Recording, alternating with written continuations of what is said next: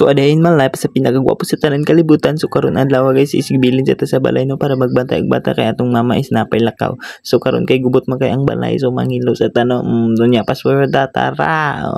Diya guys wala ko kasabot ug unsa na ako paglimpyo nga mura na magdi malimpyo kay grabe na magining gubot bisag unsa og silhig di na mawa ang abog ko tungod kay namilit na gid sa mga salog. Na tabangi taon ko ninyo bisag unsa ko na diya paspas gi hapak-hapak ko na ginamay gipambundak ko na ganin mga bangko diha para gid mahinlo ning balaya kay napasensya na gid mo ni mo balay kay grabe man gining sus na nang hinawak na ko kay na problema na ko unsaon pag hinlo tabangin na ko ninyo just ko nya diha na ko gipangita nya kanir bang mangita ta kay dito makitaan nya pag di na ta mangita ato na nung makitaan na samar na sa gugma guys mo nang kung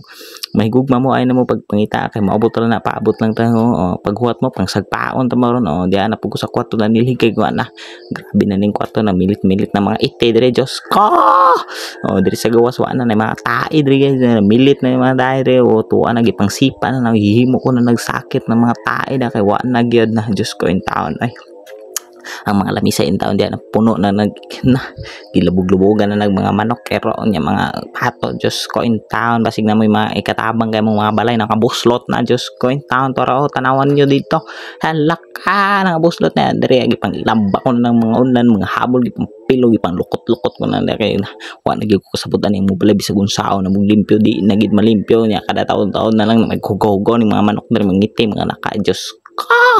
nya dali panglambay ko na nya gay kapoy kita ko dag mayo guys tabang basig na mo pang merienda da